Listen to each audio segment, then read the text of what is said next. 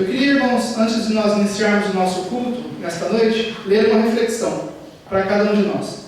Que nós possamos refletir nessas palavras. Diz assim: o santo não condena o pecador, ampara-o sem presunção. O sábio não satiriza o ignorante, esclarece-o fraternalmente. O iluminado não insulta o que anda em trevas, aclara-lhe o caminho. O orientador não acusa o aprendiz tateante. A ovelha insegura é a que mais reclama o pastor. O bom não persegue o mal, ajuda-o a melhorar-se. O forte não condena o fraco, auxilia-o a erguer-se. O humilde não foge ao orgulhoso, coopera silenciosamente em favor dele. O sincero a ninguém perturba, harmoniza a todos. O simples não critica o vaidoso, socorre-o sem alarde, sempre que necessário.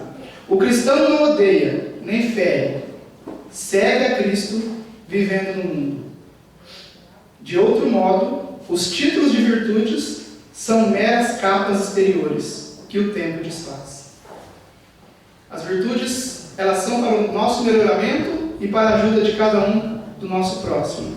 Sem esse objetivo, as virtudes nada são. São só capas que o tempo vai desfazer. Irmãos, eu queria meditar com os irmãos nessa noite a respeito de um assunto que para nós é de íntima importância. O cristão e o mundo. O cristão que vive no mundo. Como deve se portar o cristão no mundo? O que é o mundo e o que é o cristão?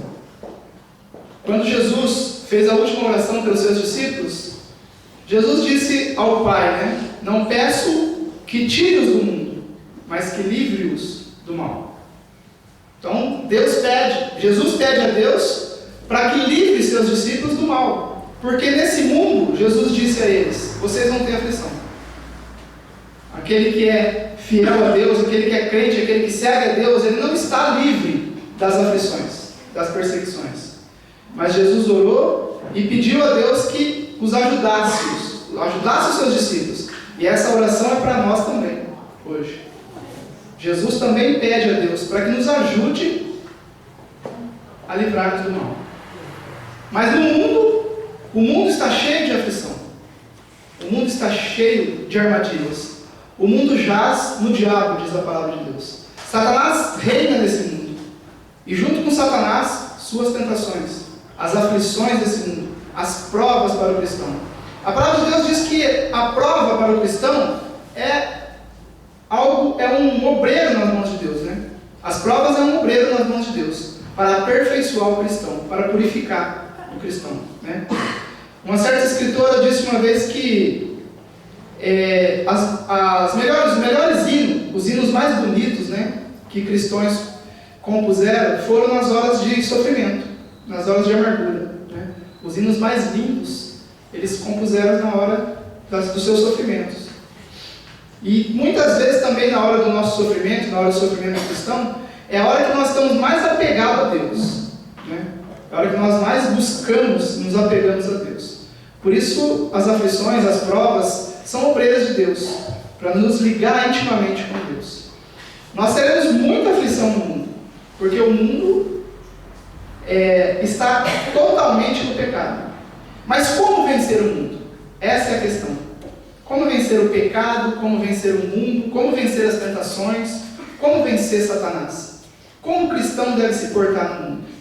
Vamos ver o que diz a palavra de Deus para nós. Como vencer o mundo? 1 João capítulo 5, verso 4. E esta é a vitória que vence o mundo, a nossa fé. Quem vence o mundo, então?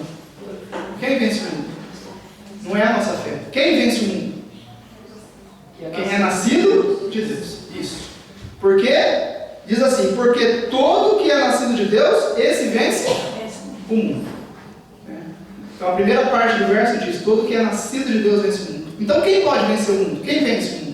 Aquele que é nascido de Deus. Aquele que é nascido de Deus, esse vence o mundo. Como que nós nascemos de Deus? Mas todos nós não nascemos de Deus? De que nascimento está dizendo aqui? De que nascimento João está falando aqui?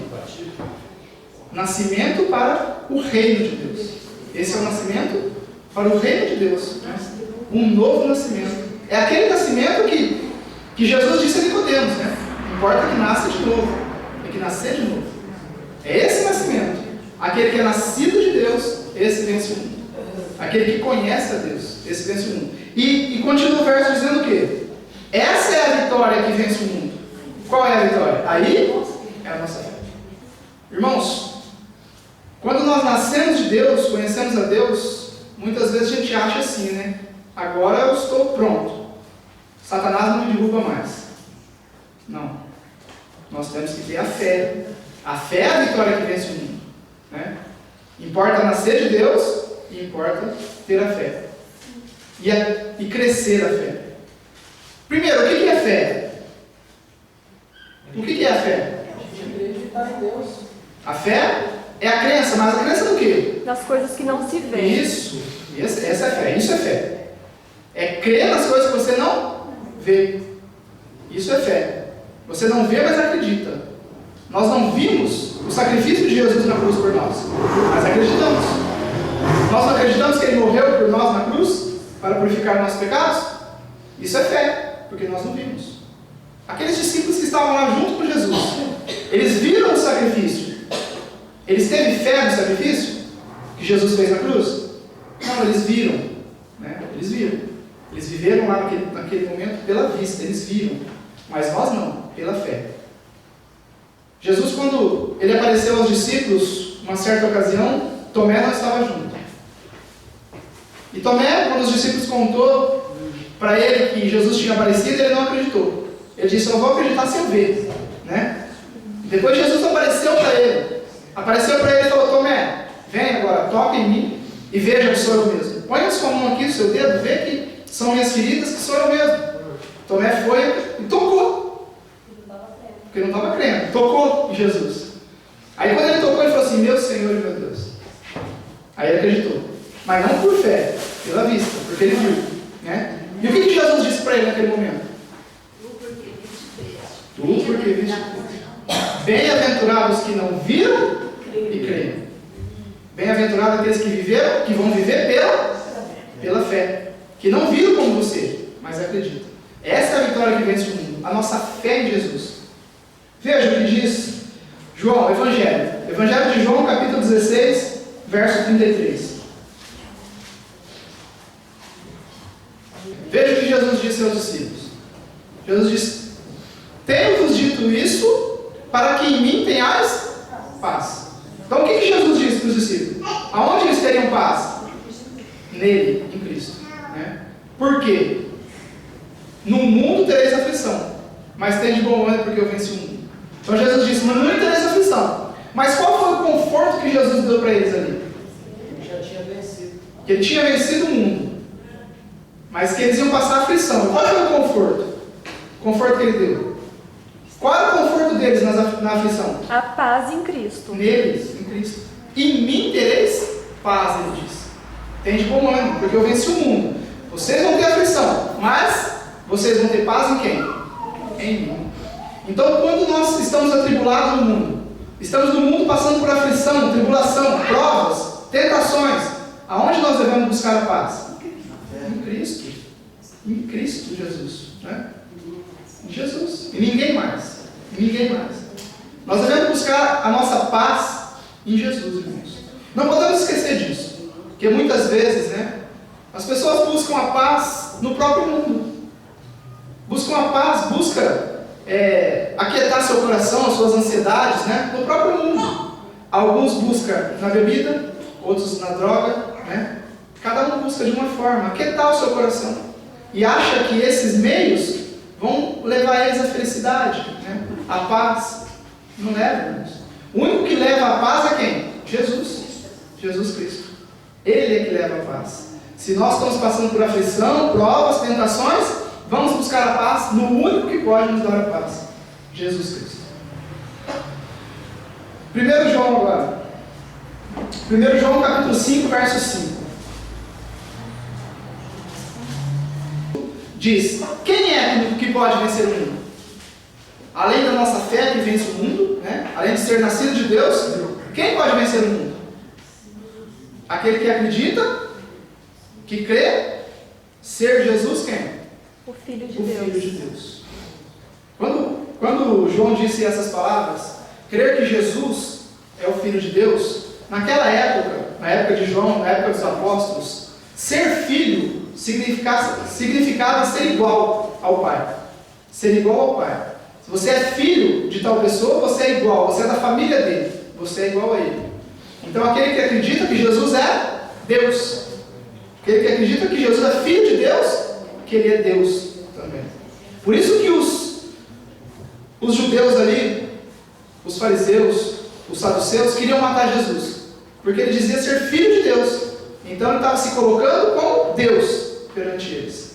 Então aquele que crê que Jesus é Deus, esse vence o mundo também. Irmãos, por meio de quem alcançamos a vitória? Por meio de quem que nós alcançamos a vitória no mundo? Do Espírito Santo também. Mas quem é o nosso Salvador?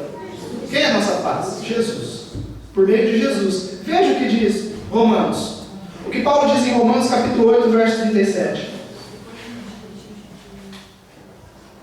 Em todas essas coisas, porém, somos mais que vencedores, por meio daquele que nos amou. Então nós somos mais que vencedores por meio de quem? Jesus. Agora vamos achar 1 Coríntios, capítulo 15, verso 57.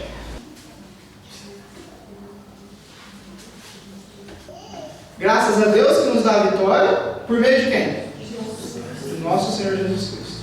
Ele nos dá a vitória. Irmãos, mas como Cristo venceu a tentação? Jesus disse assim: em mim tereis paz, no mundo tereis aflição, mas eu venci o mundo. Como que Jesus venceu o mundo? Através do quê? Nós vencemos através de Cristo, E Jesus venceu as tentações através do quê? Do Pai. Em ligação com o Pai.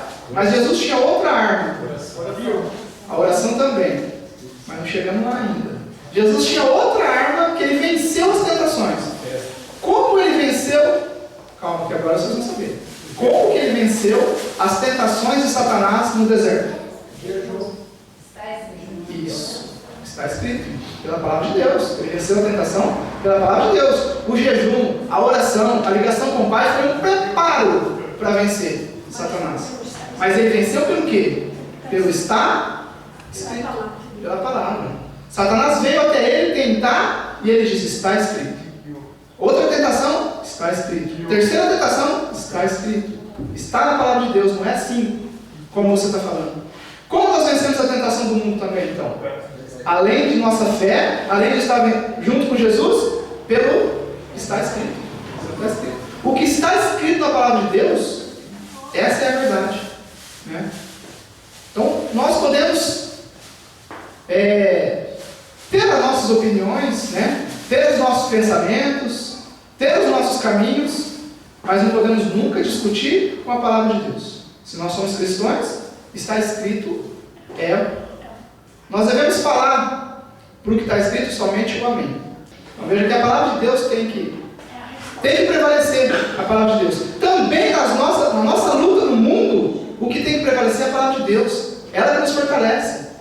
Como nós vamos saber que as tentações do mundo é de Satanás, que não vem de Deus? Pela palavra. É ela que nos ajuda a nos livrar das tentações. É a palavra de Deus. É assim que Jesus se libertou das tentações. Se livrou pelo estar escrito. E nós também, da mesma forma, temos que crer em Jesus, acreditar que Ele é o Filho de Deus, ter fé no sacrifício de Jesus e também ter a palavra de Deus como nossa espada na luta contra o mundo. Apocalipse capítulo 12, verso 11. Vamos ver o que diz. Capítulo 12, verso 11. Isso. Encontramos aqui nesse texto outra coisa que nos ajuda a vencer o mundo, a vencer as tentações. Fala que eles venceram pelo quê? Pelo sangue de Jesus e pelo quê também? Palavra. Pela palavra. Pelo testemunho. Pelo testemunho. Isso. Então encontramos o sangue de Jesus pela palavra e o testemunho que eles deram. E o testemunho que eles viram de Jesus e o testemunho que eles deram também. Essa é a vitória que vence o mundo. Nós vencemos pelo sangue de Jesus, pela crença em Jesus, pela fé em Jesus, pela vitória da palavra de Deus, da palavra de Jesus e também pelo testemunho. Pelo nosso testemunho, nós vencemos o mundo. Muitas tentações são evitadas de chegar até nós quando nós damos um bom testemunho. Paulo também nos diz como nós vencemos o mal. Veja, como nós devemos vencer o mal, Paulo diz. Romanos capítulo 12, verso 21. Então, como nós devemos vencer o mal? Com o bem. Nós devemos vencer o mal com o bem. Nunca trocar mal por mal. Então, nós não estamos vencendo o mal, nós estamos junto com o mal. O mal se vence com o bem. Nós temos que ter fé no sacrifício de Jesus. Fé em Deus, né? Nós temos que ter fé na palavra de Deus, usar a palavra de Deus para vencer as tentações e para vencer o mal sempre usar o bem. Como que Jesus venceu o mal? Como que Jesus veio no mundo e venceu o mal? Perdoando. Com o bem. Perdoando, amando, né? Com o bem ele venceu o mal. Ele venceu Satanás, venceu a morte, venceu o mal, fazendo o bem. Veio morrer para aqueles que eram pecadores, que estavam contra Deus. Ele veio e morreu por eles. Venceu o mal com o bem. Agora uma pergunta, irmãos. Por que o nome de Jacó foi mudado para Israel? Por quê? Qual o motivo de Deus mudar o nome de Jacó para Israel? Porque ele lutou com Deus. Isso. Porque ele lutou com Deus. Mas ele lutou só com Deus? Vamos ver o texto. Gênesis capítulo 32, verso 28. Gênesis 32, 28. Então Jacó não se chamaria mais Jacó, mas Israel. Por quê? Porque como príncipe, ele lutou com Deus e com quem? Com os homens. E venceu. A luta de Jacó aqui foi uma luta real, uma luta literal, e também uma luta espiritual. Esaú, né? Lutou com os homens, né, literal, e lutou espiritualmente com Deus. Né? Porque tem como algum homem lutar com Deus? Ele lutou ali espiritualmente com Deus, naquela batalha para Deus perdoar o pecado dele. Né? Ele lutou com Deus, batalhou com Deus ali para ser perdoado, e lutou com os homens também. E Deus disse que ele lutou como príncipe. E nós também, neste mundo de aflição, temos que lutar como príncipe. Lutar para que nossos pecados sejam perdoados e lutar também contra o mal que reina no mundo. Lutar contra as potestades das trevas. A nossa luta não é contra a carne, mas é contra Satanás. A nossa luta não é contra nenhuma carne, mas contra os principados e potestades das trevas. Contra Satanás e suas hostes. E essa luta é uma luta espiritual. Nós não conseguimos vencer essa luta literalmente. Essa luta é espiritual. E para vencer essa luta, nós precisamos da fé em Jesus, a fé no seu sacrifício, no seu sangue. Nós precisamos muito da palavra de Deus, precisamos do nosso testemunho, e precisamos muito, irmãos, crer que Jesus é o Filho de Deus, que Ele é Deus, e pode nos salvar, e pode nos libertar. Nós não podemos acreditar só superficialmente que Ele pode fazer. Eu creio que Jesus pode fazer, mas de vez em quando eu duvido que Ele pode me libertar. Eu estou muito afundado no pecado. Eu estou muito afundado, não tem como Ele me libertar. Aí Ele não vai te libertar porque você não tem fé. Isso é falta de fé. Jesus pode te libertar em qualquer condição que você estiver. Basta você crer que Ele pode. E Ele tudo fará. Que Deus nos abençoe. Nos guarde e nos proteja deste mundo. E que Deus possa nos livrar de todos os males. Amém.